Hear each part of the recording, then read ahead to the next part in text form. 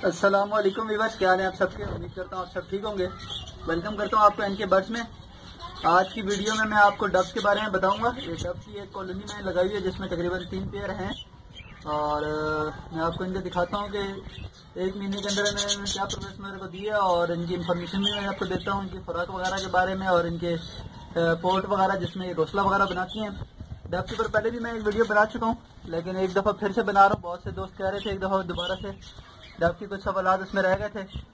तो सबसे पहले मैं आपको दिखा देता हूँ। इसमें मेरे पास ये 3 मेल और 3 फीमेल हैं। मेल फीमेल की पहचान की भी एक वीडियो मैं बना चुका हूँ।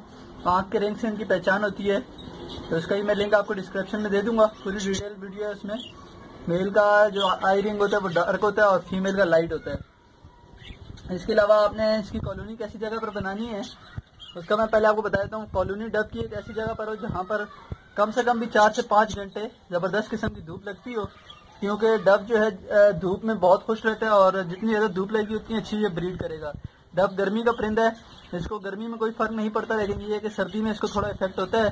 तो इसमें ये है कि ये जो है गर्मी में और जितनी ज़्यादा रोशनी इसको धूप की लगेगी, धूप जितनी ज़्यादा लगेगी उतनी अच्छी ब्रीड करेगा और ये धूप वाली जगह पर बैठना ज़्यादा पसंद करता है। तो आपने ऐसी जगह कॉलोनी बनानी है जहाँ पर धूप बहुत अच्छी लगती हो।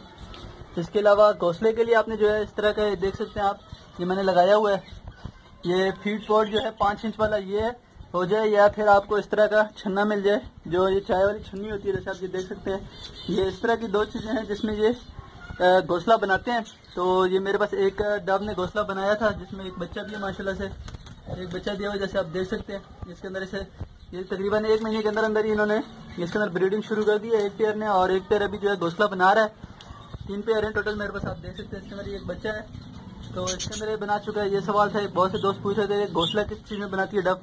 तो ये 2 चीज़ें आप देख सकते हैं। ये थोड़ा सस्ता पड़ता है और ये जो है छन्ना जिसमें चाय वगैरह छन्ना जो होता है ये थोड़ा कॉस्टली पड़ता है। तो इसके अंदर भी डब बनाती है घोंसला। मैंने दोनों लगाए हुए हैं जिसके अंदर इस तरह के आप कोई भी गोल टोकरी लगा सकते हैं। ये एक गोल टोकरी थी मेरे पास, ये मैंने लगाई है। इसके अंदर घोंसला बना रही है अभी डब, ये चीज़ है। इसके अलावा खुराक में जो है डब बारीक बाजरा हो गया, कंगनी वगैरह, ये है कि डब का कोई खुराक में इतने ज़्यादा नखरे नहीं है।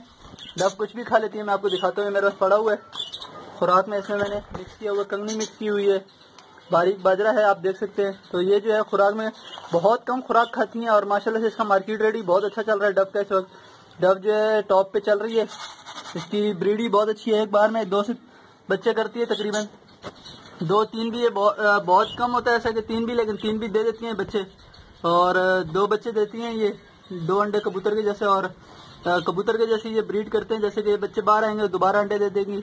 इस तरह से ये सर्दियों में थोड़ा सा इनकी ब्रीडिंग पे इफेक्ट पड़ता है, बाकी तो पूरा साल ये बहुत अच्छी ब्रीड करते हैं।